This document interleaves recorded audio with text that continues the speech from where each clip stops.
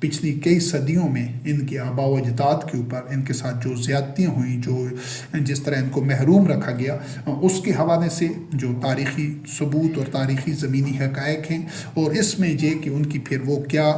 غلطیاں اور کیا وہ کمزوریاں اور کیا وہ ان کے بنیادی جرائم تھے جن کی وجہ سے ان کے ساتھ ایسا ہوا۔ اور ابھی آج کی جو صورتحال ہے اس میں ہم نے کتاب اللہ کی اصولی تعلیمات کی روشنی میں یہ دیکھنا ہے کہ ہم نے آج ان کے ساتھ معاملہ کس طرح کرنا ہے۔ اور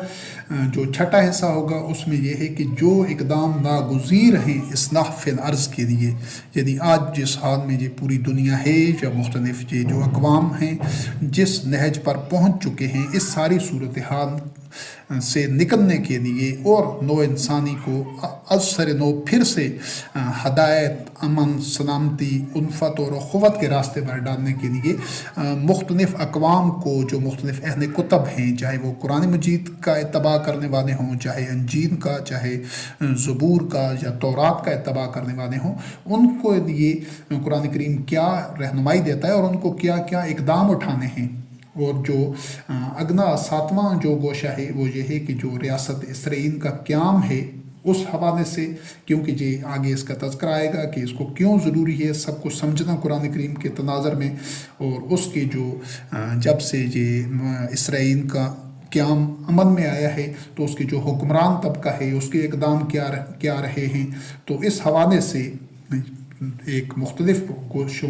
کو دیکھ کر کتاب اللہ کی روشنی میں اور آج کے زمینی حقائق کی روشنی میں،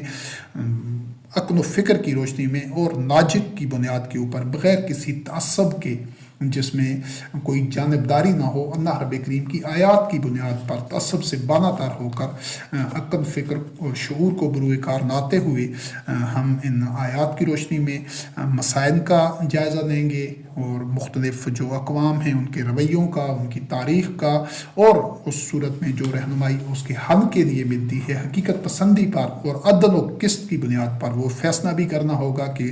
کون کہاں غلط ہیں اور کہاں ٹھیک ہے، کون سی قوم۔ تو اس سلسلے میں اس سب تناظر میں ان چیزوں کو دیکھنا ہے۔ تو اس کے لیے بسم اللہ الرحمن الرحیم باقاعدہ طور پر آغاز کرتے ہیں۔ پہلا جو حصہ ہے یہ ایک بیانیہ ہے، ایک نیریٹو ہے، ایک بنیادی سٹیٹمنٹ ہے، اور اس کے بعد پھر ہم براہ راست اس کے مکمل ہونے کے بعد وہ جو پہلا گوشہ ہے اس کو کہ ہماری طرف سے بحثیت ایک مسلم قوم کے ہمارا جو کردار رہا ہے، جو 1400 سال میں ہمارا ماضی رہا ہے محمد رسول اللہ علیہ السلام کی وفات کے بعد سے لے کر اب تک، تو زمینی حقائق کی روشنی میں اس موضوع پر آئیں گے، لیکن پہلا جو حصہ ہے وہ بیانیہ سے اور اصولی ایک موقف کے حوالے سے ہے۔ اللہ وحدہ لا شریک کا حکم ہے کہ جب لوگوں میں فیصلہ کرنا ہو، ہر معاملہ میں کوئی معاملہ طے کرنا ہو تو عدل کی بنیاد پر طے کرو، اور یہ کہ جو وحی اللہ رب کریم کی نازل کردہ ہے قرآن مبین میں، مسلمان اسی کی بنیاد پر فیصلہ کریں، چونکہ مسلمانوں کے لیے جو کتاب ہے اللہ رب کریم نے رہنمائی کے لیے دی ہے وہ قرآن مبین ہے، تو ان کو قرآن مبین کے مطابق فیصلہ کرنا ہے۔ جو اہل کتاب ہیں، بنی اسرائیل ہیں، وہ اپنی اپنی کتابوں کے مطابق وحی کا اتباع کریں، اس کے مطابق اپنے فیصلے کریں اور معاملات چلائیں۔ تو اس صورت میں ہم نے انشاءاللہ العزیز قرآن مبین کی آیات کی روشنی میں اپنے امور کو اور دیگر انسانوں کے، دیگر اقوام کے اور دیگر جو ادیان ہیں ان کے امور کو کتاب اللہ کی روشنی میں دیکھیں گے، اسی کی بنیاد پر فیصلہ کریں گے، اور یہ فیصلہ چاہے کسی کو ناگوار گزرے یا کسی کو پسند ہو، جزوی طور پر، کلی طور پر، ہمیں اس چیز کو معیار نہیں بنانا اور نہ یہ چیز کو اہمیت رکھتی ہے۔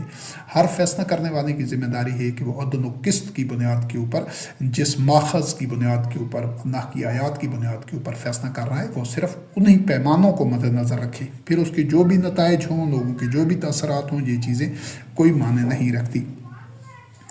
اور لوگوں کے یہ نبی کریم علیہ السلام کو بھی حکم دیا گیا ہے کہ لوگوں کی ہوائے نفس یا خواہشات کا اتباع نہیں کرنا۔ جب قرآن عظیم کی صورت میں حق آ چکا تھا محمد رسول اللہ علیہ السلام اور ان کے متبعین رضوان اللہ علیہم کے سامنے، تو انہوں نے اسی کا اتباع کیا، اسی کے مطابق حکم کیا، فیصلے کیے، قضیے طے کیے۔ تو آج جو ان تینوں، خاص طور پر یہ فیصلہ اور اس تنازع اور اس اختلاف اور قضیے سے متعلق ہے جو اس دعوت کی ایک بنیاد ہے کہ جو گزشتہ 1000 سال سے زائد عرصہ سے کرۂ ارض کی دو بڑی اقوام کے مابین چل رہا ہے۔ ایک فریق بنی اسرائیل یعنی اہل کتاب ہیں اور دوسرا فریق مسلم قوم ہے۔ حقیقت واقعہ تو یہ ہے جو رہنمائی قرآن کریم سے ملتی ہے کہ اہل تورات، اہل انجیل، اہل زبور اور اہل قرآن سب ایک ہی منزل کے مسافر ہیں، کیونکہ بنیادی اور اصولی طور پر ان سب میں کوئی اختلاف نہیں ہے، بلکہ جس طرح کسی راستہ کے مسافروں میں بعض پیادہ ہوں، بعض اونٹوں پر سوار ہوں، بعض گھوڑوں پر سوار ہوں یا کسی اور سواری پر ہوں، تو سب کی رفتار اور انداز سفر تو الگ الگ ہوگا مگر راستہ، سمت اور منزل ایک ہی ہوگی۔ یہ جو انداز سفر ہیں یہ میں تنوع ہے، اس میں مسابقت کے لیے ایک میدان ہے کہ وہ سب کے سب ان سب کو چاہیے کہ ایک دوسرے سے خیرات میں، نیکیوں میں، بھلائی کے کاموں میں ایک دوسرے سے سبقت حاصل کرنے کی کوشش کریں۔ اس کو ہم آگے مزید گہرائی میں بھی دیکھیں گے، ابھی یہاں پر اصولی ایک بیانیہ ہے۔ یہ اللہ رب کریم نے جو مختلف شریعتیں، مختلف مناسک اور منہاج ہر قوم کو ہر کتاب میں نازل کیے ہیں، تو اس کی بنیادی وجہ یہ ہے تاکہ یہ ایک دوسرے کے لیے مسابقت کریں خیرات میں، اور ان میں ایک تنوع ہو، ایک بو قدمونی ہو، ایک رنگا رنگی ہو، لیکن اس میں توازن رکھنا ہے، یہ انسانوں کی ذمہ داری ہے۔ اور یہ پھر ارتقاء کا بھی مظہر ہے کہ مختلف ادوار میں جو نسل انسانی ارتقائی منازل طے کرتی رہی، عقل و فکر میں، شعور میں، وہ اپنے انتظامی معاملات میں، سائنس اور ٹیکنالوجی میں، اپنے جو ان کے سوشل سائنسز ہیں، سماجی سائنسز ہیں، ان میں جو انسان میں ارتقاء آتا گیا، اسی طرح نہ وحدہ لا شریک اس کی رہنمائی کے بھی نئے پیرائے میں کرتا رہا۔ تو یہ جتنی بھی اللہ رب کریم کی طرف سے نازل کردہ کتب ہدایت ہیں وہ سب اسی چیز کا مظہر ہیں۔ کیوں کہ ورنہ سب مسافروں کی جو سمت ہے اور منزل ایک ہی ہے، کیونکہ سب کا الہ ایک ہے اور اس الہ کی طرف سے نازل کرتا ہدایت، نور ایک ہی ہے۔ جملہ کتب آسمانی، چاہے وہ تورات ہے، انجیل ہے، زبور ہے یا قرآن کریم، ان سب کی مثال سورج کی کرنوں اور شعاؤں کی طرح ہے۔ کچھ شعاؤں نے، کسی ایک کرن نے کسی عہد میں ایک خطہ ارضی کو منور کیا تو کسی دوسرے نے دیگر خطہ ارضی کو منور کیا کسی اور عہد میں۔ حقیقت یہ ہے تو پھر صدیوں سے دین کے نام پر اہل کتاب، یہود، نصارہ اور مسلم ایک دوسرے کے دشمن کیوں ہیں؟ انہوں نے آپس میں کئی ایک جنگیں لڑی ہیں پچھلی 1000 سال سے زائد تاریخ میں۔ دین کے نام پر کیوں ان جنگیں لڑی گئی ہیں اور باہمی عداوت کو پروان چڑھایا گیا ہے، حرث و نسل کی تباہی کی گئی ہے، یعنی اس میں بے شمار لوگ قتل ہوئے ہیں اور املاک کی بربادی ہوئی ہے دین کے نام پر۔ تو اس چیز کو دیکھنا ہے کہ آخر نفرت و عداوت کی یہ آگ کس نے نگائی ہے اور یہ آگ بجھے گی کس طرح، اور کیا اللہ وحدہ لا شریک جو خالق و کل شے ہے، جو رب الناس ہے، مالک الناس ہے، الہ الناس ہے، کیا وہ خود اپنی مخلوق کو ایسے احکام دے سکتا ہے کہ وہ ایک دوسرے سے عداوت رکھیں، قتل و غارت کری کریں، فساد پھیلائیں، دین اللہ کے نام پر، اللہ کے دین کے نام پر ٹکڑے ٹکڑے ہو کر رہیں؟ اور یہ کہ کیا اس شر و فساد پر مبنی عداوت و تفرقہ اور جنگ و جداد میں سے کوئی جیتنے والا فریق ہے، یا جو بھی دین اللہ کے نام پر فرقہ فرقہ ہیں اور ایک دوسرے کے خلاف متحارب ہیں، کیا یہ سب باطل موقف پر تو نہیں ہیں؟ اس چیز کو دیکھنا اور سمجھنا ضروری ہے۔ اور سب باہمی اختلافات اور سرکشی اور بغیم بینہم اور عداوت میں مبتلا ہو کر سب ہارنے والے تو نہیں ہیں، یعنی ان میں سے جیتنے والا کوئی بھی نہ ہو۔ تو ان سب سوالوں کو دیکھنا ہے اللہ رب کریم کی آیات کی روشنی میں، اور یہ اختلافات اور عداوت کی آگ لگانے والے، بھڑکانے والے ہیں کون، ان کی نشاندہی کرنا ضروری ہے، ان کو سمجھنا ضروری ہے۔ اور کیا یہ عداوت کی بھڑکتی ہوئی آگ نو انسانی کو بسم نہیں کرتی جا رہی؟ پھر یہ سوال کہ اس آگ کو بجھایا کس طرح جا سکتا ہے، کیونکہ جو لوگ اس آگ کو نگانے اور بھڑکانے والے نہیں ہیں، اگر انہوں نے آگے بڑھ کر اس آگ کو بجھایا نہیں تو صرف اس آگ کو نگانے بھڑکانے والے اس کی لپیٹ میں نہیں آئیں گے، بلکہ جو محض تماشائی بنے بیٹھے رہیں گے، عداوت اور فساد کی یہ آگ انہیں اور ان کی اگلی نسلوں کو بھی اپنی لپیٹ میں لے لے گی۔ کیا ہمیں آگے بڑھ کر اس آگ کو بجھانا چاہیے یا انتظار کرنا چاہیے کہ وقت ہمیں بھی گزشتہ کئی نسلوں کی طرح تاریخ کے کوڑے دان میں پھینک کر، عداوت میں سلگتا چھوڑ کر آگے بڑھ جائے؟ کیا آج کا خود کو مہذب اور تعلیم یافتہ، باشعور اور ترقی یافتہ سمجھنے والا انسان یہ ثابت کرنے کے قابل ہے کہ ہم بحثیت مجموعی شیطان کے فریب بہکاوے میں آ کر ایک دوسرے کے دشمن، مذہب، وطن کے وغیرہ کے نام پر بنے ہوئے ہیں؟ اور یہ وہ ثابت کر سکے کہ ہم ایسے دشمن تو بن گئے تھے، مگر اب ہم شیاطین کو ان کی ریشت دوانیوں اور ان کی سازشوں، تخریب کاریوں، فساد انگیزیوں کی بنیاد پر پہچاننے اور ان کے فتنہ سے خود کو محفوظ رکھنے کے قابل ہو چکے ہیں۔ یعنی کیا آج کا انسان اس قابل ہے کہ وہ اپنے علم، ہنر اور سائنس اور ٹیکنالوجی کی ترقی اور جتنی وہ پولیٹیکل سائنسز میں آگے بڑھ چکا ہے، تو کیا وہ یہ بھی ثابت کر سکتا ہے کہ وہ ان جو آگ لگانے والے لوگ ہیں، جو عداوت کی آگ بھڑکانے والے ہیں، ان کی سازشوں کو، ریشہ دوانیوں کو اور ان کے اقدام کو اور شرانگیزیوں کو سمجھ سکے اور خود کو ان کو پہچان کر خود کو ان کے شر اور فساد سے محفوظ کر سکے؟ کیا آج انسان یہ ثابت کرنے کے قابل ہے؟ کیا آج اولاد آدم میں کوئی تھوڑے سے لوگ بھی، بنی آدم میں ایسے تھوڑے سے ہی صحیح ایسے لوگ ہیں جو آج ہاتھوں میں ہاتھ ڈال کر بیک آواز ہو کر کہہ سکیں کہ ہم ملائکہ کے تخلیق آدم کے مرحلہ پر، جس وقت اللہ وحدہ لا شریک نے آدم کو تخلیق کیا تھا، تو ملائکہ نے یہ ایک اپنا تحفظات کا اظہار کیا تھا کہ یہ زمین میں فساد پھیلائے گا اور خون خرابہ کرے گا؟ تو اللہ رب کریم نے کہا تھا کہ نہیں، جو کچھ میں جانتا ہوں تم نہیں جانتے ہو۔ تو آج تک تو اللہ کے نام پر، دین کے نام پر اور دیگر مختلف بنیادوں کے اوپر نو انسانی باہم اسی جو فرشتوں کے تحفظات تھے اسی کے مطابق جنگیں لڑتی آئی ہے، خون خرابہ کرتی آئی ہے، فساد پھیلاتی آئی ہے اور عداوت کی آگ میں ایک دوسرے کے خلاف کہیں رنگ، نسل، کہیں قومیت، نسانیت، کہیں مذہب، مختلف عنوانوں سے مختلف نام دے کر شیطان کے جو بہکاوے میں اور فریب میں آتی رہی ہے اور انسان کا دشمن رہا ہے۔ تو کیا یہ تو ملائکہ کے تحفظات تھے، تو کیا آج کا انسان بھی اسی ملائکہ کے جو یہ تحفظات درست ثابت بھی ہوئے، لیکن جو رب کریم کا علم تھا وہ اس سے اگلے اور قطعی منزل پر حقانیت اور حق پر تھا؟ وہ اللہ رب کریم نے جواب دیا کہ جو میں جانتا ہوں وہ تم نہیں جانتے۔ یہ اللہ رب العزت نے نہیں کہا کہ تم یہ جو کہہ رہے ہو کہ یہ خون خرابہ اور فساد کرے گا تو یہ غلط کہہ رہے ہو، نہیں، اللہ رب کریم کا علم کا مرحلہ اس سے آگے کا تھا۔ تو انسان نے یہ جو اس کے شعور کا، اس کے ارتقاء کے سفر کا اور اس کی جو پختگی فکر کا یہ تقاضا ہے کہ وہ یہ ثابت کرے انسان۔ اگر ہم نہیں کریں گے تو اگلی نسلیں کریں گی انشاءاللہ عزیز، وہ نہیں کریں گی تو اس سے اگلی، کہ وہ شیاطین کے ان عداوت کے یہ جو آگ لگانے والے ہیں، جو نفرتیں اور تفرقہ اور بغیون بینہم اور اختلافات پیدا کرنے والے ہیں، وہ ان کی شرانگیزیوں کو سمجھ چکے ہیں۔ تو وہ اس مرحلے میں داخل ہونے کا اہل ہوگا جو اپنے آپ کو ان شر اور فساد سے بچائے گا، جس مرحلے کا اللہ رب کریم نے ذکر کیا تھا کہ جو میں جانتا ہوں وہ تم نہیں جانتے۔ یعنی انسان اس سے جو پیغام اور میسج ہے کہ انسان اس جو آپس میں جو خون خرابہ ہے اور جو فساد ہے، اس سے ارتقاء کی منزل میں اس سے ماورا ہو جائے گا، اس سے آگے بھی جائے گا، اس سے نکل جائے گا۔ یعنی یہ جو آپس میں عداوت کی اور شر اور فساد کی اور لڑائی کی، خون خرابے کی یہ جو منزل اور مرحلہ اس نے ہمیشہ نہیں رہنا، یہ اللہ رب کریم کا علم ہے۔ تو اس بنیاد پر آج کے انسان کیا اس قابل ہیں کہ وہ یہ ثابت کر سکیں اپنے آپ، اپنے کردار سے، عمل سے، کہ وہ یہ مرحلہ طے کرنے کے قابل ہو چکے ہیں؟ تو اس کے بعد کیا اس عداوت کی آگ میں جلنا نو انسانی کا مقدر ہے؟ ہم اپنی صفوں میں، اپنی قوم میں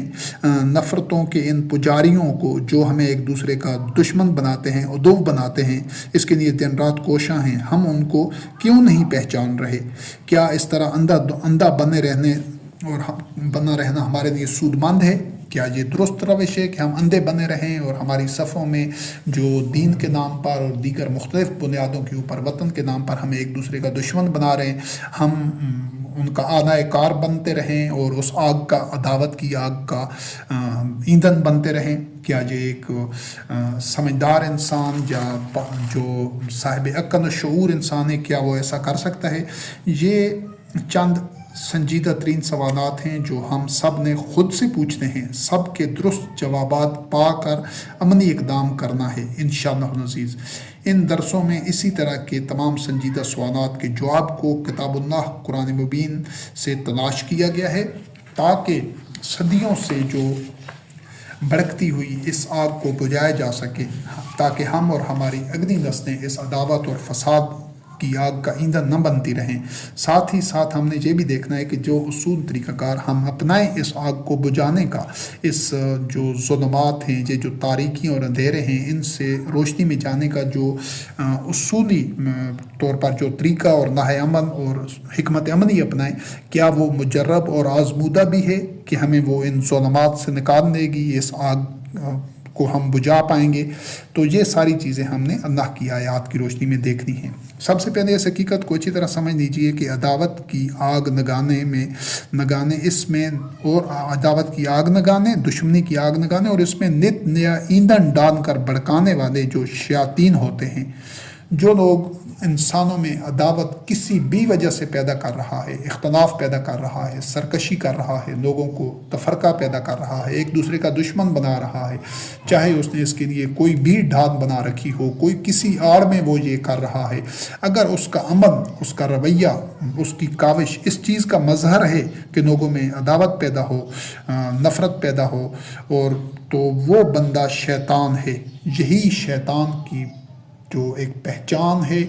کہ اس چیز کو سمجھنا ضروری ہے، چاہے وہ کسی بھی قوم، کسی خطے، کسی علاقے میں ہوں، یہ وہ مذہبی پیشوا یعنی احبار و رہبان ہوں، ان نام نہاد علماء ہوں، مشائخ ہوں، صوفیاء ہوں، کوئی بھی ہوں، یہی شیطان ہوتے ہیں جو لوگوں میں عداوت پیدا کرتے ہیں، جو اللہ وحدہ لا شریک کی نازل کردہ وحی کا بنا شرکت غیر، بنا آمیزش، خالص اتباع کرنے پر تیار نہیں ہوتے۔ یہ وحی کا یا تو مختلف ادوار میں جزوی اتباع کرتے ہیں، یا وحی کا، اور یا پھر اسے انکار اور تکذیب کے مرتکب ہوتے ہیں۔ یہ اللہ کے ساتھ خود ساختہ انداد اللہ اور شرکا گھڑتے رہتے ہیں، اللہ کی آیات کو بیچتے رہے ہیں، یعنی اللہ کے احکامات کو نظر انداز کرتے ہوئے دنیاوی متاع اور فائدہ حاصل کرتے رہے ہیں، اللہ پر جھوٹ کرتے رہے ہیں، من گھڑت باتوں کو اللہ سے منسوب کرتے ہیں، حق کو باطن کے ساتھ خلط مدد کرتے ہیں، حق کو چھپاتے ہیں، اور اس کے علاوہ اللہ کی نازل کردہ وحی کو اس کے درست تناظر اور سیاق و سباق سے ہٹا کر بیان کرتے ہیں، اور ساتھ ہی دین اللہ کو بیان کرنے میں اس طرح چالاکی اور فریب کاری کرتے ہیں کہ سننے والا غلط فہمی میں مبتلا ہو جاتا ہے، پھر اپنے ہاتھ سے اپنی طرف سے باتیں لکھتے ہیں اور کہتے ہیں کہ یہ اللہ کی طرف سے ہیں، یعنی یہ دین ہے۔ تو یہ شیاطین ہر دور میں رہے ہیں، ہر قوم میں رہے ہیں، ہر نبی علیہ السلام، ہر رسول علیہ السلام کے جو مخالفین ہوتے تھے وہ یہی شیاطین، یہی مجرمین ہوتے تھے۔ نزول قرآن کے عہد میں عرب میں یہ شیاطین اہل کتاب یہود و نصارہ کی صفوں میں موجود تھے، اور اہل کتاب یہود و نصارہ کی بڑی تعداد انہی کو رب بنائے ہوئے تھی، اور ان کے فریب اور دھوکے میں مبتلا ہو کر فرقہ فرقہ ہو چکی تھی، ایک دوسرے کی دشمن بنی ہوئی تھی۔ یہود اور نصارہ آپس میں ایک دوسرے کے دشمن تھے، آپس میں ان کے فرقے بنے ہوئے تھے، یہ انہی شیاطین کی وجہ سے بنے ہوئے تھے، اور یہ بھی حقیقت قرآن کریم میں موجود ہے، متعدد مقامات پر بیان کی گئی ہے کہ اسی دور میں، اسی سارے عرصے میں، کہ انہی یعنی کتاب میں ایسے مسلمین مومنین بھی موجود تھے، یعنی اکثریت تو احبار و رہبان کو رب بنا چکی تھی، شرک کر رہی تھی، اور وہ شیاطین کے فریب میں آ کر ایک دوسرے کی دشمن بن چکی تھی، لیکن ایسے لوگ اس وقت بھی تھے جب قرآن کریم نازل ہو رہا تھا، یعنی پہلے سے ایسے مسلمین اور مومنین موجود تھے کہ جو واقعتاً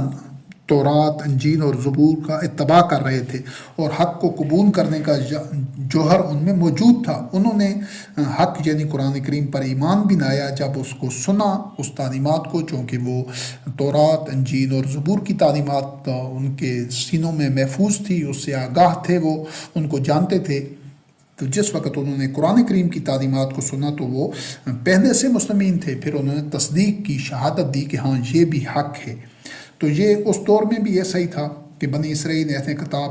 اور یہود و نصارہ کے یہ شیاطین ہی تھے جنہوں نے صاحب انعام بنی اسرائیل کو، اللہ رب کریم نے بنی اسرائیل پر انعامات کیے تھے، اور ان کو اقوام پر فضیلت دی تھی اپنے عہد میں، اور ان کو چن لیا تھا اپنے علم کی بنیاد کے اوپر، ان کو امام بنایا تھا اور ان کو زمین کا وارث بنایا تھا، وہ ہدایت پر تھے اور صراط مستقیم پر چلنے والی قوم تھے بنی اسرائیل۔ ایک طویل تاریخ ہے بنی اسرائیل کی، قرآن کریم میں اس کو واضح کیا گیا ہے۔ تو یہی وہ شیاطین تھے کہ جو ان رفتوں اور بلندیوں پر موجود قوم کی اکثریت کو، پھر ایک ایسا وقت بھی آیا کہ جب ان کے مذہبی پیشوا تھے، ان کی اکثریت جو احبار و رہبان کی تھی، وہ جو جرائم بیان ہو چکے ہیں، وہ ان جرائم کی مرتکب ہوتی گئی اگلی نسل، اس سے اگلی نسل، اس سے اگلی نسل، تو پھر وہی بنی اسرائیل تھے کہ جو بندر اور خنزیر بنا دیے گئے، یعنی اتنی پستیوں میں چلے گئے، طبعی طور پر نہیں، اپنی نفسیات اور رویے اور اپنی قدر و قیمت کے حساب سے وہ اتنے گھٹیا ہو گئے اور عباد الطاغوت بن گئے اور ان پر اللہ کی لعنت ہوئی۔ ایسے لوگ اکثریت اس وجہ سے بن گئی تھی کہ وہ احبار و رہبان اور انہی شیاطین کے فریب میں مبتلا ہو چکے تھے۔ انہوں نے اس وحی کی تعلیمات کو چھوڑ دیا تھا جو زبور میں، انجیل میں اور تورات میں بیان کی گئی تھی، بلکہ انہی احبار و رہبان اور اپنے ان کے جو مذہبی پیشوا تھے ان کی تحریروں کو، ان کے جو خود پیش کردہ عقائد، نظریات اور خود ساختہ جو افتراء علی اللہ جو جھوٹ کھڑا ہوا تھا، وہ اس کو اپنانے لگ گئے تھے۔ تو اسی بنیادی فریب میں وہ مبتلا ہو چکے تھے جب قرآن کریم نازل ہو رہا تھا، یعنی ان کی اکثریت جہاں پر بھی بنی اسرائیل کا یا اہل کتاب کا یا یہود و نصارہ کا لفظ آئے گا تو اس چیز کو سمجھنا ضروری ہے کہ ان کی اکثریت کی بات ہو رہی ہے، ورنہ یہ پہلے واضح کیا جا چکا ہے کہ اس وقت بھی بنی اسرائیل میں جب قرآن کریم نازل ہو رہا تھا تو مسلمین اور مومنین موجود تھے، اللہ کے عبد موجود تھے جو حق پر تھے اور حق کو انہوں نے پہچانا اور حق کی تصدیق کی، شہادت دی قرآن مجید کی۔ تو آج بھی اسی طرح جو اہل کتاب ہیں، بنی اسرائیل ہیں، جو یہود و نصارہ ہیں، ان میں یقیناً ایسے لوگ ہیں، انتہائی قلیل ہو سکتے ہیں، بہت تھوڑے ہو سکتے ہیں، لیکن ایسے لوگ ہیں جو آج بھی اسی طرح جس طرح قرآن مجید کو جو مسلمان قوم میں تھوڑے سے قلیل لوگ ہیں جو صرف اللہ کی کتاب قرآن مجید پر ایمان رکھتے ہیں، اسی کا اتباع کرنے پر ان کا ایمان ہے، صرف خالص بنا آمیزش، تو اسی طرح آج بھی یہود و نصارہ میں بھی ایسے لوگ ہیں جو صرف تورات کا، انجیل کا، زبور کا اتباع کرنے والے ہیں اور وہ اس کو پہچانتے ہیں۔ جب ان لوگوں کے سامنے قرآن کریم کی درست تعلیمات پیش کی جائیں گی تو وہ آج بھی اسی طرح انشاءاللہ العزیز، اور لوگ اللہ کی آیات کا، جب قرآن مجید کی آیات کا اتباع کر کے ان کے سامنے اس پیغام کو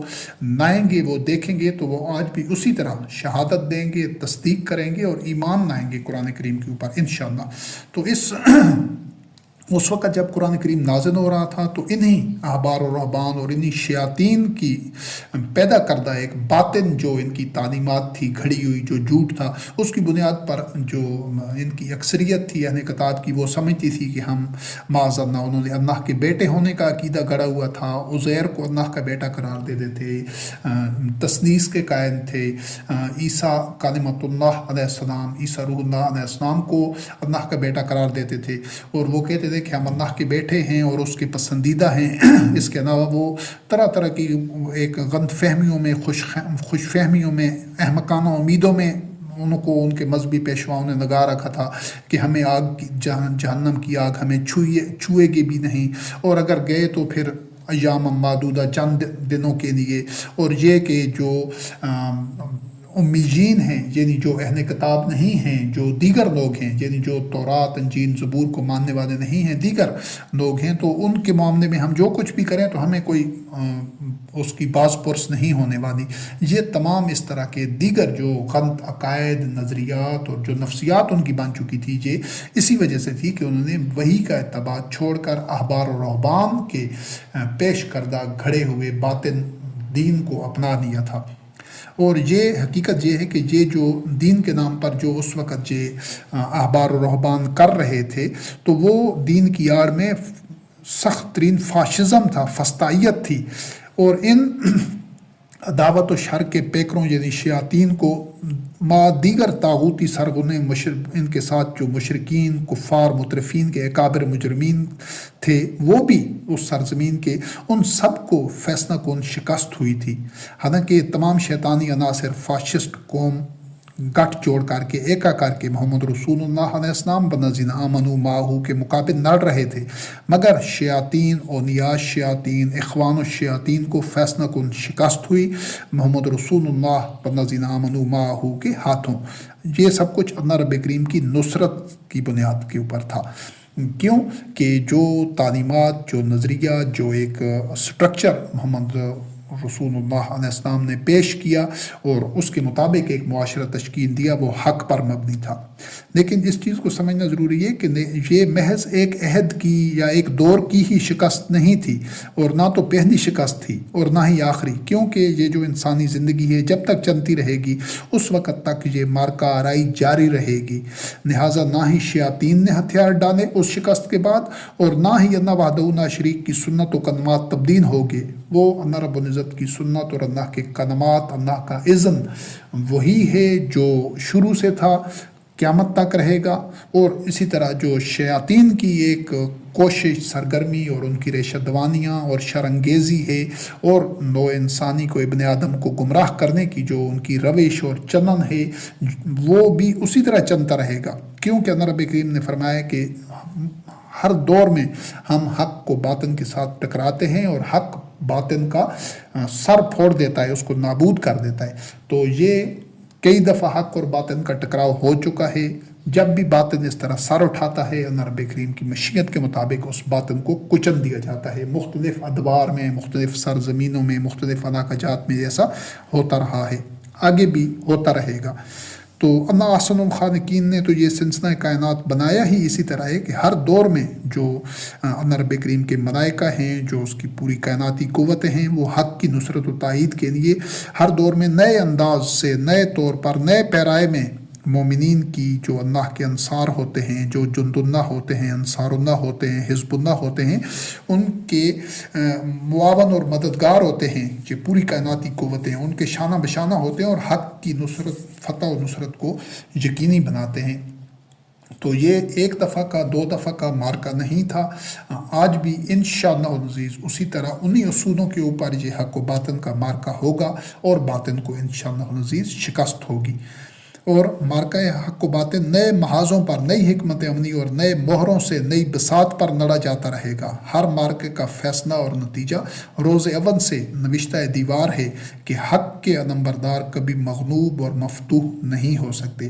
شیاطین، اولیاء شیاطین، اخوان الشیاطین، شیطان کے بھائی، ان کے سرپرست، ان کے آنائے کار ابلیس، اس کی ذریت بھی پوری ڈھٹائی کے ساتھ ہمیشہ سے مصروف کار ہے۔ سرگرم عمل ہے کہ اس نے اولاد آدم میں سے سوائے عباد اللہ المخلصین کے باقی سب کو جہنم کا ایندھن بنانا ہے، اور وہ بنائیں گے۔ انہیں فریب دے کر دیگر انسانوں کا عدو بنائیں گے، ان میں دشمنی ڈالیں گے، عداوت پیدا کریں گے، ان میں اختلافات، تفرقہ اور بغی بینہم کا بیچ بوتے رہیں گے۔ یعنی یہ دونوں چیزیں چلتی رہی ہیں انسانی تاریخ میں اور چلتی رہیں گی۔ شیاطین اپنی سرگرمی میں اور اپنی کاوش میں لگے رہیں گے، اور جو مومنین ہیں ان کو اللہ رب کریم کی نصرت حاصل ہوگی۔ وہ مختلف مواقع پر جب بھی اللہ رب کریم کا اذن اور اس کی حکم اور اس کی مشیت کے مطابق حق و باطن کا مارکہ ہوتا ہے تو حق کی نصرت اور فتح ہوتی ہے۔ اور یہ سارا سلسلہ ایک وقت معین تک چلتا رہے گا، جس کا علم اللہ رب کریم کو ہے کہ وہ گھڑی کب آنی ہے۔ تو جس طرح ابلیس کی ذریت، شیاطین، اولیاء شیاطین اور شیاطین کے جو بھائی ہیں اخوان الشیاطین، یہ بنی اسرائیل اہل کتاب میں بظاہر لوگوں کو اللہ کے راستے پر چلانے کے لیے کہہ رہے تھے، لیکن در حقیقت یہ اللہ کے راستے سے روک رہے تھے صدیوں سے۔ بالکل اسی طرح شیاطین نے سرزمین عرب میں اپنی اسی قدیم روش پر چلتے ہوئے جو نیا جو نو تشکیل شدہ نظام تھا، جو کہ ایک نئی تشکیل شدہ قوم تھی جسے اللہ وحدہ لا شریک نے خیر امتن قرار دیا، یعنی مسلم قوم جو ملت ابراہیم خلیل اللہ علیہ السلام کا اتباع کر رہی تھی، جو قرآن کریم کا وحی کا اتباع کرتے ہوئے جو ایک قوم سرزمین عرب میں اللہ رب العزت نے تشکیل دی، اس کو ابھارا، پیدا کیا، تو اس کو خیر امتن اخرجت للناس اور امتن وسطن قرار دیا۔ اس امت میں بھی شیاطین نے اپنی برانچیں اور فرنچائزز کھولنا شروع کر دی، یعنی جس طرح پہلی امتوں میں، پہلی اقوام میں یہ مذہبی پیشوا، یہ احبار و رہبان، شیاطین تفرقہ کرتے تھے امتوں کو، قوموں کو، اور اس کو آپس میں عداوت پیدا کرتے تھے، اور اللہ رب کریم کی نازل کردہ وحی سے ہٹا کر خود گھڑے ہوئے مذہب پر لوگوں کو لگاتے تھے، تو یہ کام محمد رسول اللہ علیہ السلام کی زندگی میں ہی اسی طرح شروع ہو گیا تھا، شیطانی جو ریشہ دوانیاں اور یہ سارا سلسلہ۔ اور پھر اس کے بعد جو صدر اول کے مومنین تھے انہوں نے تو اللہ وحدہ لا شریک کی نازل کردہ وحی کے مطابق بھرپور انداز سے وحی کا اتباع کیا اور وہ حق پر ثابت قدم رہے، لیکن ان کے بعد جو اگلی نسلیں آئیں، اگلی نسلیں وہ بتدریج وہ حق کو، قرآن مجید کو چھوڑتے گئے۔ اور آج جو صورتحال ہے تو وہ کسی سے پوشیدہ نہیں ہے کہ قرآن کریم بس برائے نام علامتی طور پر وہ موجود تو ہے، لیکن پورے کا پورا جو دین ہے ان عباد اللہ المخلصین جو ہیں وہ آج بھی قرآن کریم کا اتباع کرنے والے ہیں انفرادی طور پر، لیکن اجتماعی طور پر جو پوری مسلم قوم ہے، جس طرح نزول قرآن کے عہد میں اہل کتاب کی یہود و نصارہ بنی اسرائیل کی اکثریت شیاطین کے فریب میں، ان کے نرغے میں اور ان کے دھوکے میں مبتلا ہو گئی تھی، آج مسلم قوم کی اکثریت بالکل اسی طرح تفرقہ میں، باہمی عداوت میں، بغی بینہم میں، ذلت میں، پستی میں اور ہر طرح کی بدحالی میں مبتلا ہو چکی ہے۔ تو اس امت میں جو نئی تشکیل دی گئی تھی اللہ رب کریم نے سرزمین عرب میں، اس میں بھی شیاطین نے نبی کریم علیہ السلام کی زندگی میں اپنی برانچیں، اپنی فرنچائزز کھولنا شروع کر دی منافقین کے روپ میں۔ ان کی پہلی جو فرنچائز یا ان کی پہلی جو برانچ یا مرکز انہوں نے بنایا وہ ایک مسجد ہی تھی، مسجد زرار، جو کہ اللہ اور رسول کے خلاف ایک مورچہ تھی، یعنی جس راستہ سبیل اللہ پر، اللہ کی جس راستہ پر محمد رحمت للعالمین علیہ السلام اور مومنین لوگوں کو دعوت دے رہے تھے، خود چل رہے تھے، یہ منافقین لوگوں کو اسلام کا نام لے کر، اسلام کا نبادہ اوڑھ کر اسی راستہ سے روک رہے تھے، چونکہ محمد رسول اللہ علیہ السلام کا راستہ الفت کا، اخوت کا اور وحدت کا تھا نوع انسانی کے لیے، جبکہ منافقین کا تفرقہ، عداوت، انتشار اور اضطراب کا، اختلافات کا، بغی بینہم کا تھا، سرکشی کا تھا۔ اس وقت سے لے کر آج تک اقوام سابقہ کی طرح مسلم قوم کے مذہبی پیشوا، نام نہاد علماء جن کو مشائخ، صوفیاء اور فقہا اور اس طرح کے دیگر بہت سارے عنوانات اور ٹائٹل دیے گئے ہیں، وہ بھی اسلام کے نام پر مسلمانوں میں انسانوں میں تفرقہ، عداوت اور انتشار اور اضطراب ہی کی بنیاد بنے ہوئے۔ جس طرح بنی اسرائیل اہل کتاب کی اکثریت کو احبار و رہبان ان رفتوں سے، پستیوں اور نور سے ظلمات میں لے گئے تھے، بالکل اسی طرح مسلم قوم کی بھاری اکثریت کو بھی اسی قوم کے شیاطین خیر امتن کی رفتوں سے موجودہ پستی، ذلت، انتشار اور تفرقہ و محکومی اور جہالت و بدحالی کی دندن میں دھنسا چکے ہیں، جبکہ ہر فرقہ، ہر گروہ مسلسل دعویٰ یہ کر رہا ہے مسلم قوم کا، جو اپنے آپ کو مسلمان کہتے ہیں، کہ ہم حق پر ہیں اور دوسرے فرقے یا گروہ وہ یا جماعتیں وہ باطل پر ہیں۔ یہ شیاطین ہر مذہب، قوم میں موجود ہیں، چاہے وہ بنی اسرائیل ہوں، اہل کتاب ہوں یا پھر مسلم امت ہو، اور ہدف یا طریقہ واردات اور جرم کی نوعیت و شدت بھی سب کی ایک جیسی ہی ہے۔ دیگر ادیان یا اقوام کے خلاف عداوت، منافرت کی آگ، نفرت کی آگ کو بھڑکائے رکھنا، کوئی اس آگ کو بجھانے کے لیے اٹھے یا کوئی کوشش کرے تو تمام اقوام کے شیاطین ایکا کر کے، گٹھ جوڑ کر کے اس کے خلاف محاذ آرائی شروع کر دیتے ہیں، اور جس قوم یا دین میں سے وہ اللہ کا عبد ہوتا ہے اسی قوم یا دین کے شیاطین پیش ہوتے ہیں مخالفت میں، کیونکہ ساری دنیا کے ساری قوموں کے شیطانوں کو اس بات کا اچھی طرح پتہ ہے، وہ سمجھتے ہیں کہ اگر نوع انسانی کان الناس امتم واحدہ، یعنی ساری نوع انسانی امت واحدہ کی منزل کے لیے سفر کا آغاز کر دیتی ہے الفت، قوت اور وحدت کی شاہراہ پر گامزن ہو کر، تو پھر ان نفرت اور عداوت کے بیوپاریوں کی دکانیں بند ہو جائیں گی، اور لوگوں کا مال، یہ جو مذہبی پیشوا ہیں، یہ سب کے سب یہ جو باطن طریقے سے لوگوں کا مال کھاتے ہیں، ان کا یہ سلسلہ ٹھپ ہو جائے گا۔ یہی خوف ان تمام شیاطین کے لیے جذبہ محرکہ بنتا ہے، اور یہ لوگوں کو الفت، اخوت اور وحدت کے راستے پر نہیں آنے دیتے، دشمنیاں پیدا کرتے ہیں، تفرقہ پیدا کرتے ہیں، بلکہ لوگوں کو ایک دوسرے سے متنفر کر کے عداوت اور اختلاف اور تفرقہ کے لیے نت نئے اسباب پیدا کرتے رہتے ہیں، نئی کتابیں، نئی شخصیات، نئے بت، نئی تعلیمات، نئے فرقے، نئی جماعتیں، کیا اولاد آدم ہمیشہ اس آگ میں جلتی رہے گی؟ نہیں۔ شعوری ارتقاء اور عقل و فکر کو بروئے کار نہ کر انسان نے اللہ کی نازل کردہ وحی جو کہ انجیل، تورات، زبور اور قرآن کی صورت میں جملہ اہل کتب کے پاس ہے، اس کی کندینیں اپنے ہاتھوں میں تھام کر دین کی آڑ میں یہ جو بدترین فاشزم کے اندھیروں سے نکلنا ہے یہ مومنین نے کرنا ہوگا۔ تمام جو اقوام میں مومنین ہیں جن کا وحی پر ایمان ہے اور جن کا یہ عزم ہے، عقیدہ ہے کہ وہ وحی کا اتباع کرتے ہوئے خالص وحی کا، اللہ کی نازل کردہ وحی کا، ایک نفس بھی وحی کے علاوہ کسی چیز کا اتباع نہیں کریں گے، وہ لوگ اس وحی کی کندینیں اپنے ہاتھ میں لے کر اس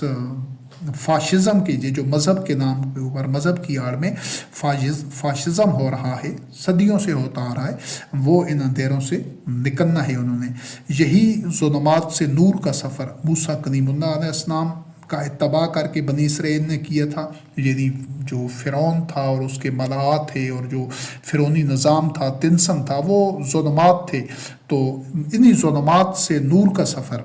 موسیٰ کلیم اللہ علیہ السلام کے اتباع کرتے ہوئے، یعنی جو تورات کا اتباع کر کے بنی اسرائیل نے کیا تھا، اور یہی سفر محمد رسول اللہ علیہ السلام کا قرآن کا اتباع کر کے خیر امتاً مسلمانوں نے سرزمین عرب میں کیا تھا۔ دونوں کے سفر کی نوعیت ایک ہی تھی اور آج بھی انشاءاللہ العزیز ایک ہی ہے۔ جو کندین موسیٰ کلیم اللہ علیہ السلام اور عیسیٰ کلمۃ اللہ علیہ السلام روح اللہ علیہ السلام کے ہاتھ میں تھی، وہی بنی اسرائیل اٹھانے، اور جو محمد علیہ السلام کے ہاتھ میں کندین تھی قرآن مجید کی، وہ مسلمان اٹھانے اور اس شارع ہدایت یعنی اتباع وحی پر شانہ بشانہ چلتے جائیں، اور انہی شمعوں کے پروانے یقیناً آج کے یہود میں اور نصارہ میں بھی موجود ہیں، جو موسیٰ کلیم اللہ علیہ السلام اور عیسیٰ روح اللہ علیہ السلام نے جلائی تھی، بے شک تھوڑی تعداد میں صحیح مگر ہیں، اور جو شمع محمد رسول اللہ علیہ السلام نے قرآن کی صورت میں جلا کر نوع انسانی کے سپرد کی، اس کے پروانے مسلم قوم میں بھی ہیں، بے شک تھوڑے ہی صحیح، اور ساری نوع انسانی اس حقیقت سے آگاہ ہو جائے کہ یہ جو مذہبی فاشزم کا خطرہ دنیا میں موجود ہے، یہ جو لوگوں کے قلوب میں ان مذہبی جنونیوں نے، ان دہشت گردوں نے، ان شیاطین نے جو لوگوں کو نوع انسانی کے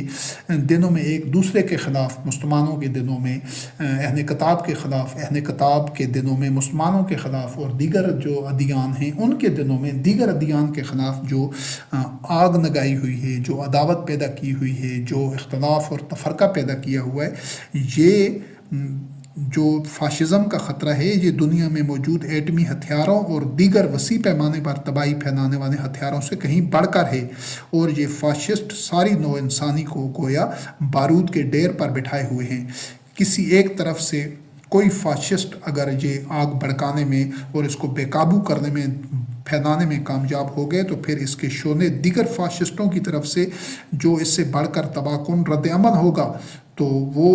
تباہ کن نتائج نہ آئیں گے، یعنی وہ آگ یہ جو پھیلے گی اور یہ ہر سو نسل کی جو تباہی ہوگی، وہ شاید جدید تاریخ میں کسی نے اس سے قبل نہیں دیکھی ہوگی۔ اور اس تباہی سے جو لوگ بچ جائیں گے، وہ پہلا کام اسی مذہبی فاشزم کی جڑ کاٹنے کا کریں گے، کیونکہ وہ اس کے بھیانک اور تباہ کن نتائج دیکھ چکے ہوں گے۔ بہرحال کیونکہ مذہبی جنونی فاشسٹ تباہی و بربادی اور فساد انگیزی میں کسی بھیانک حد تک جا سکتے ہیں، لہٰذا نوع انسانی کی بقا اور تحفظ کے لیے ان فاشسٹوں کی جڑ کاٹنا ضروری ہے، جو اللہ کے دین کے نام پر نوع انسانی کو ایک دوسرے کا دشمن بنا رہے ہیں۔ اور بظاہر تو یوں محسوس ہوتا ہے کہ بنی اسرائیل یعنی کتاب یہود و نصارہ و مسلم قوم کی صفوں میں موجود شیاطین، اولیاء شیاطین اور اخوان الشیاطین جو ہیں، جو ان کے احبار و رہبان اور مذہبی پیشواؤں، نام نہاد علماء، فقہاء، صوفیاء کی صورت میں، اور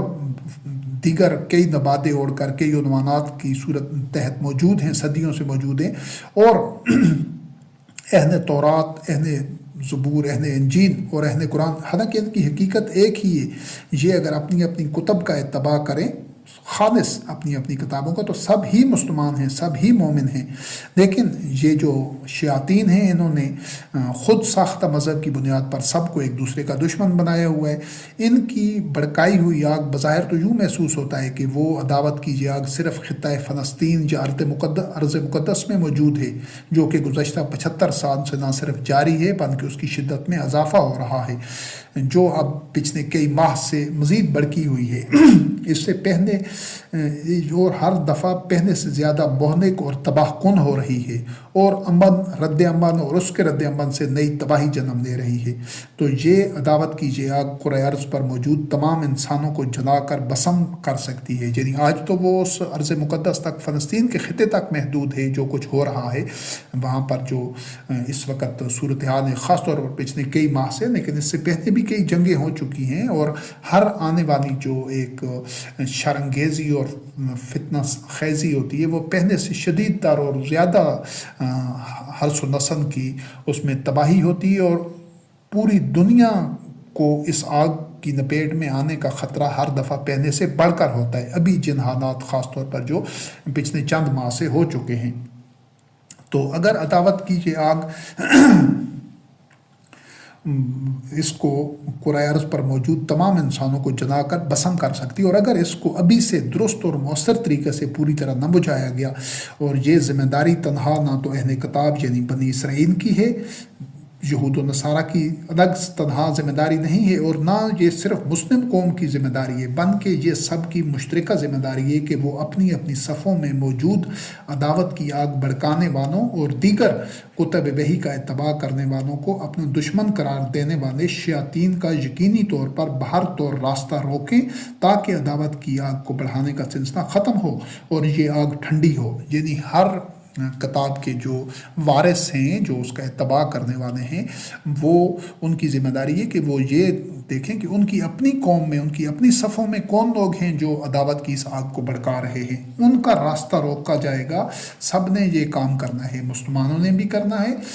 اور اہل کتاب نے بھی، یہود و نصارہ نے بھی کرنا ہے، کہ سب سے پہلے جو مذہبی پیشوا ہیں، جو دوسرے اہل کتاب کے لیے دنوں میں عداوت کے بیچ بوتے ہیں اور جو تفرقہ پیدا کرتے ہیں اور دوسروں کو، ایک دوسرے کا، انسانوں کا دشمن بناتے ہیں ایک دوسرے کو، تو ان کا راستہ روکنا ضروری ہے، ان کا بائیکاٹ کرنا ضروری ہے۔ اس سے آگے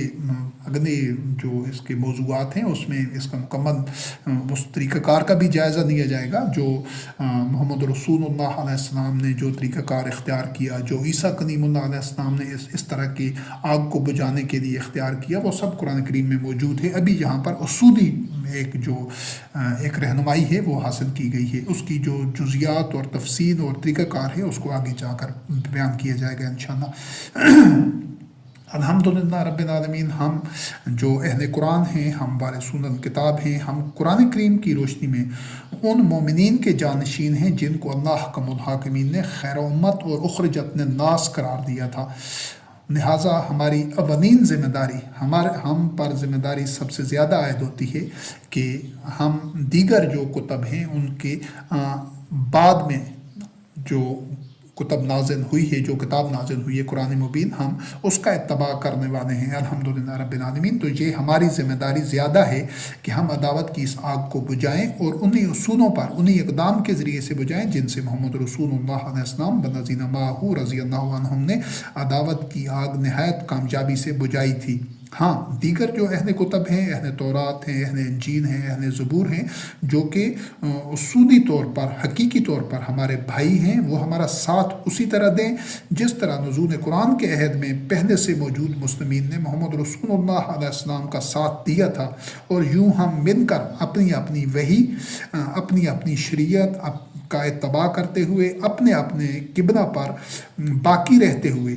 اپنے اپنے مناسک اور مناہج پر کاربند رہتے ہوئے، خود کو اور ان تمام انسانوں کو بھی جو عداوتوں اور دین کے نام پر موجود فاشزم کی اس آگ سے خود کو نکالنے کی بھرپور جدوجہد کرتے ہیں، ہم خود کو بھی بچائیں اور ان لوگوں کو بھی بچائیں۔ لیکن یہ ایک مشترکہ ذمہ داری بھی ہے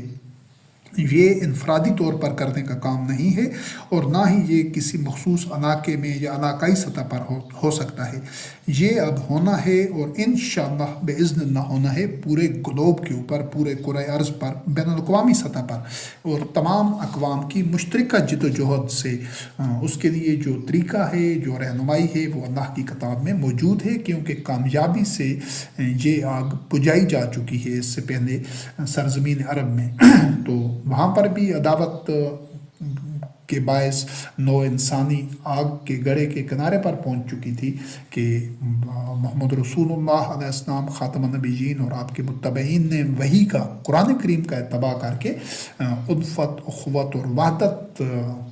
کے پھول کھلائے، اور اس کی بارش کے ذریعے، اس کی رحمت کے ذریعے یہ ایک وحی کی ایک جو تعلیمات تھیں، وہ جو وحی کی بنیاد پر ایک نظام تشکیل دیا گیا تھا، وہ اس آگ کو بجھانے میں اسی طرح اس نے کام کیا جس طرح طبعی طور پر لگی ہوئی آگ کو بارش بجھا دیتی ہے۔ تو یہ جو اللہ کی رحمت ہے، یہ جو وحی ہے، یہ جو ہدایت ہے، یہ آج بھی انشاءاللہ العزیز اپنے اندر وہی تاثیر رکھتی ہے۔ تو ہم نے صرف یہ کہ اس کو پورے اخلاص کے ساتھ، پورے عزم کے ساتھ، اور عقل و فکر شعور کو بروئے کار لاتے ہوئے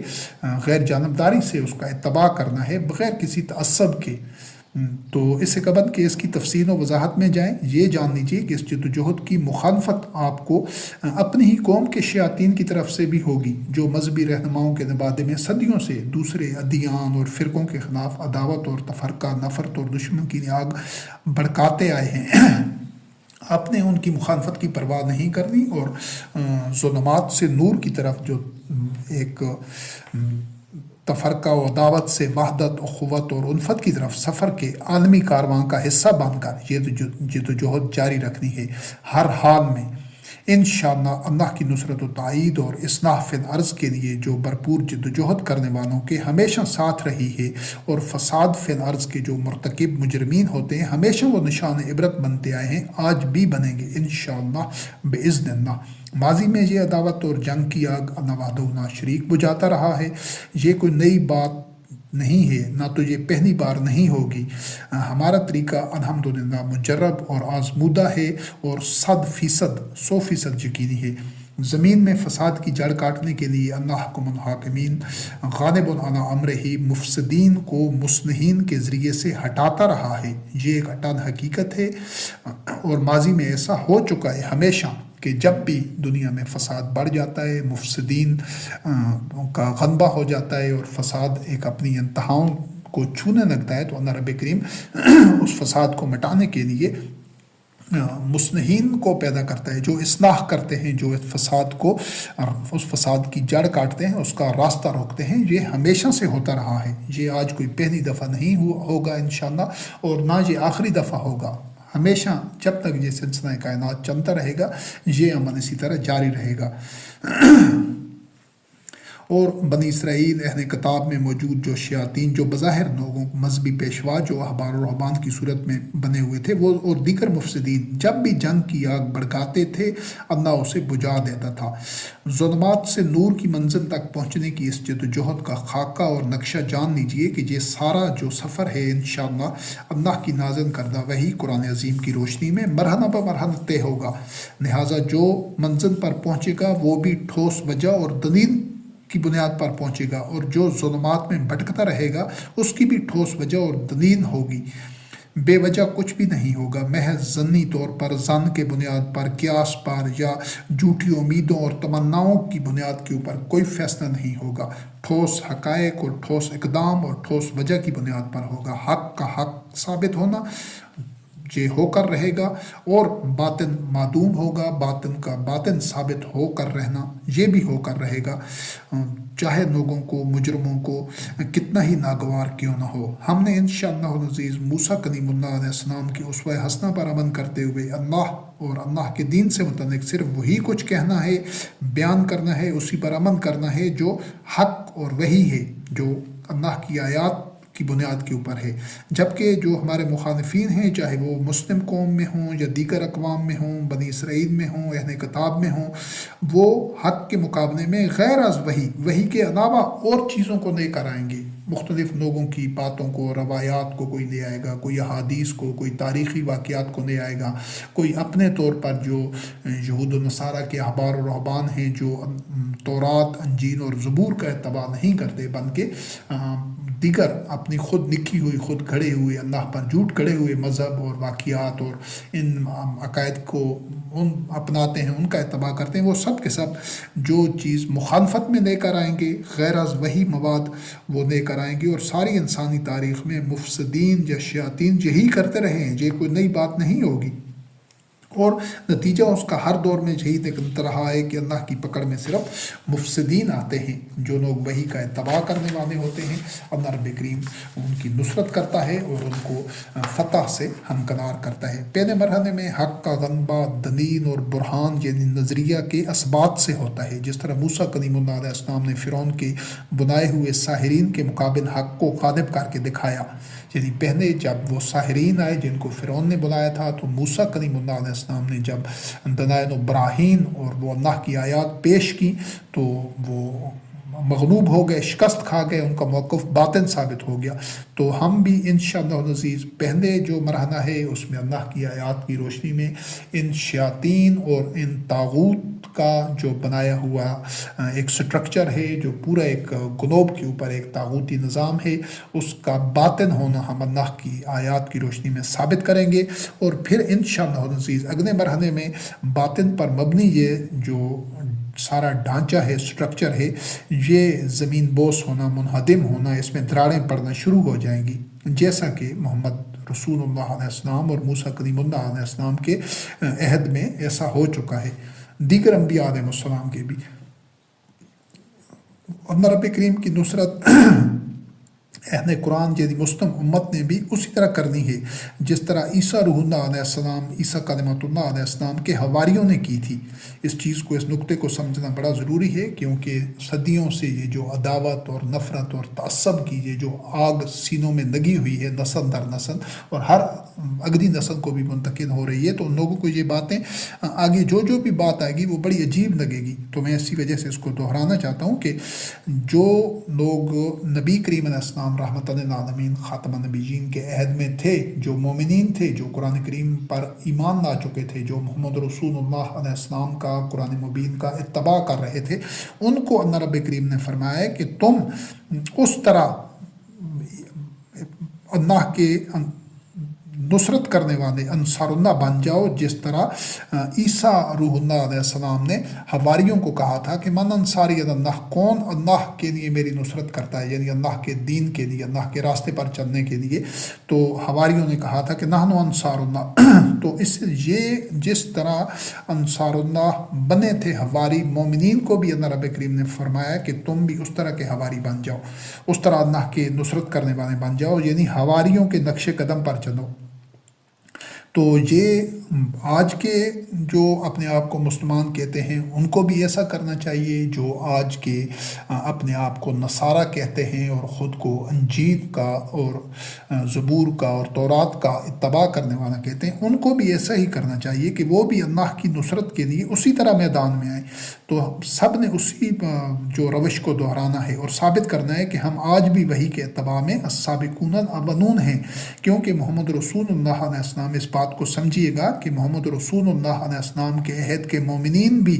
جو اللہ نے ان کو رضی اللہ عنہم ورضوا عنہ اور مومنون حقہ اور راشدون کی رفتوں تک پہنچایا، تو وہ تب ہی پہنچے جب وہ انصار اللہ بننے والے حواریوں کے نقش قدم پر چلے۔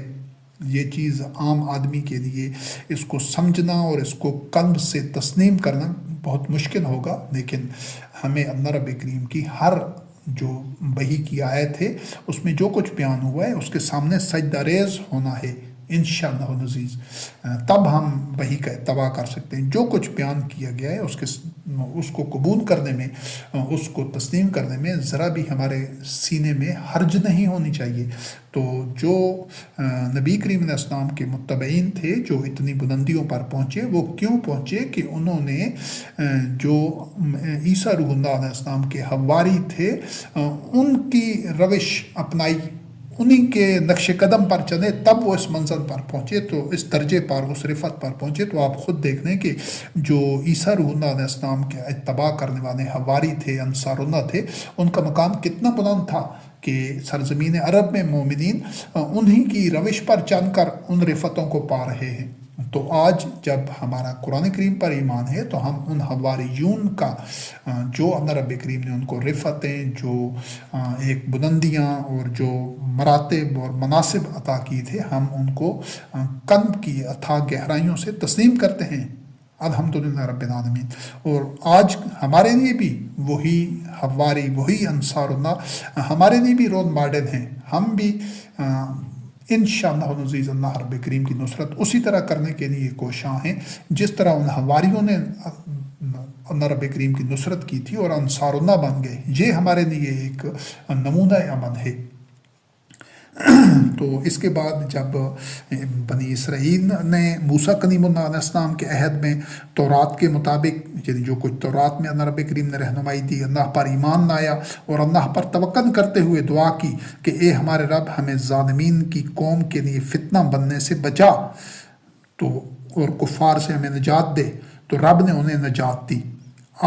اگر آج کے بنی اسرائیل یعنی یہود اسی طرح صرف تورات کا اتباع کرتے ہوئے، یعنی جس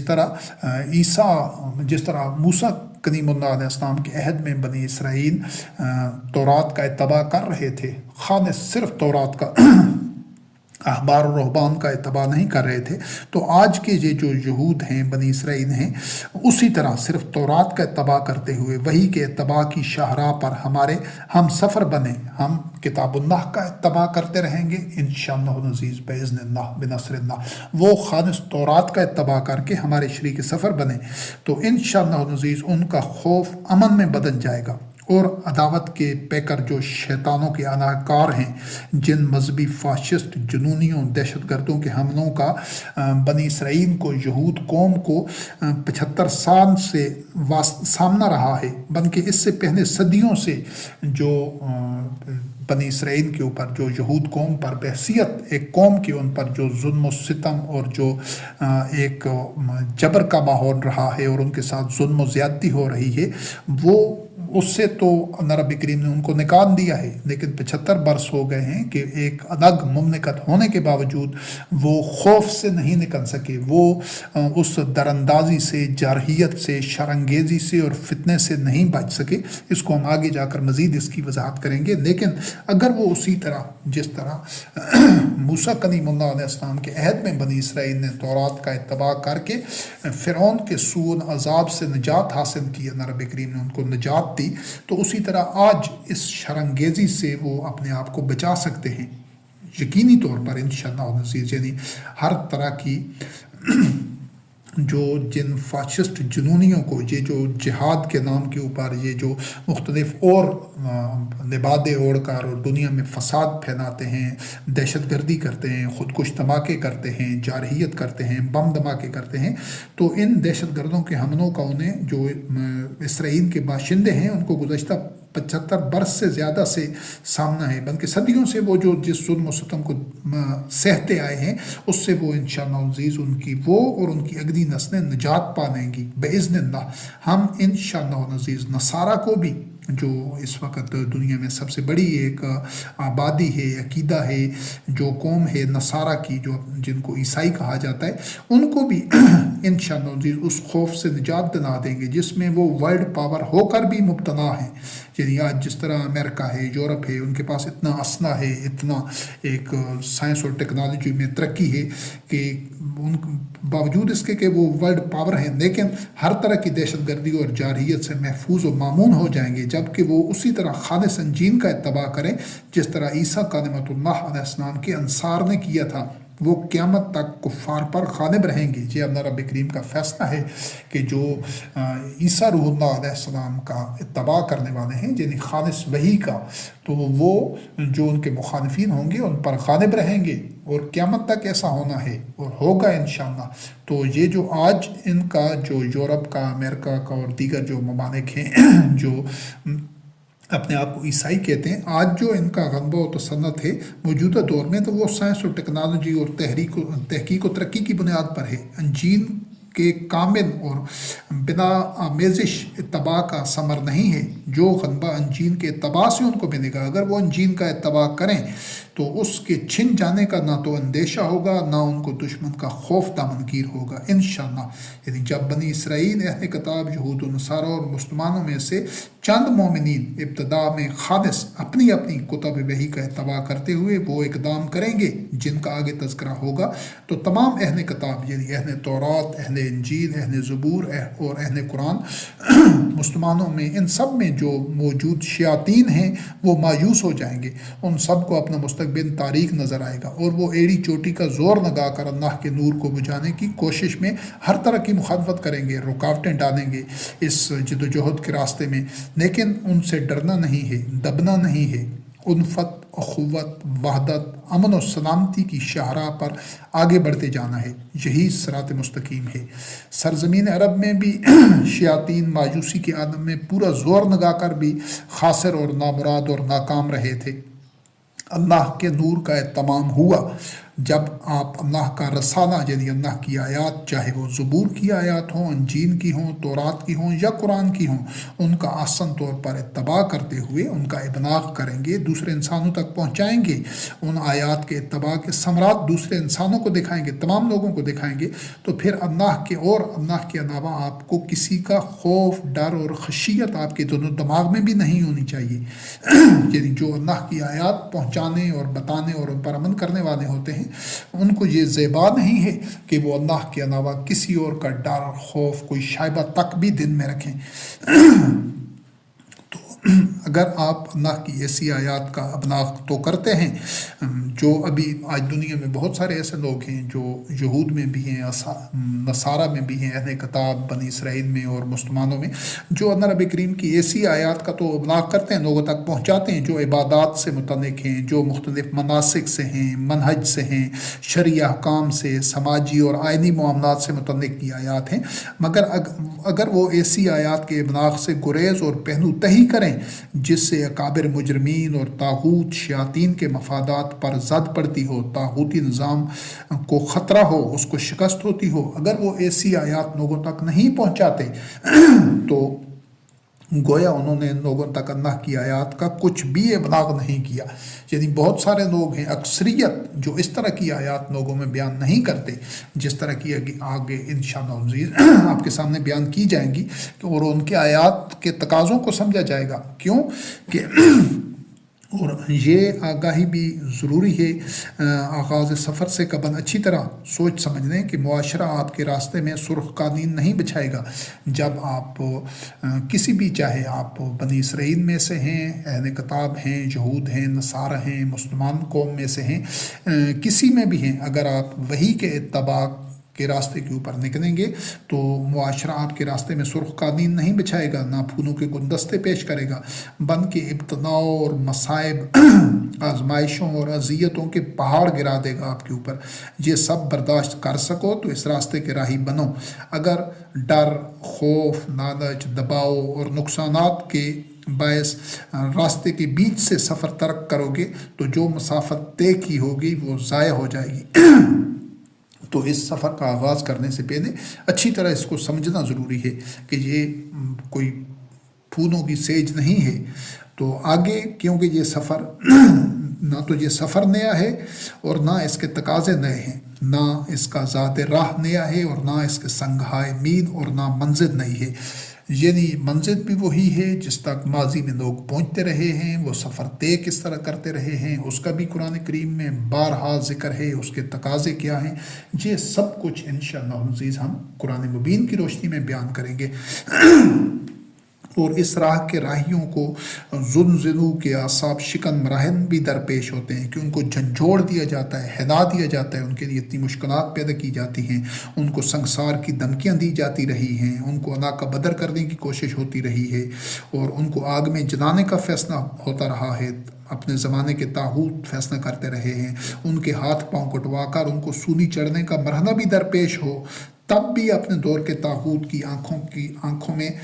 آنکھیں ڈال کر کہنا ہوتا ہے کہ فق زمان تقاض کہ تم جو کچھ بھی کر سکتے ہو کر دو، ہم جس حقیقت کو تسلیم کر چکے ہیں اس سے پیچھے ہٹنے والے نہیں۔ مخالفین اپنی قہر آلود نگاہوں سے آپ کے پائے استقامت میں لغزش پیدا کرنے کے درپے ہوں گے۔ جب آپ خالص اللہ کے عبد بن کر وہی کے اتباع اور اصلاح فنارض اور نوع انسانی میں وحدت، الفت و قوت کے لیے کام کریں گے اور اس کا عملی پیکر بنیں گے، تو یہ عداوتوں اور نفرتوں کے یہ بیوپاری جو ہیں، جو مذہبی پیشوا ہیں، شیاطین ہیں، یا کسی بھی بنیاد کے اوپر وہ نوع انسانی میں تفرقہ، اختلافات اور عداوت کی آگ بھڑکتی ہوئی رکھنا چاہتے ہیں، چاہے ان کے مفادات کوئی بھی ہوں، تو وہ سب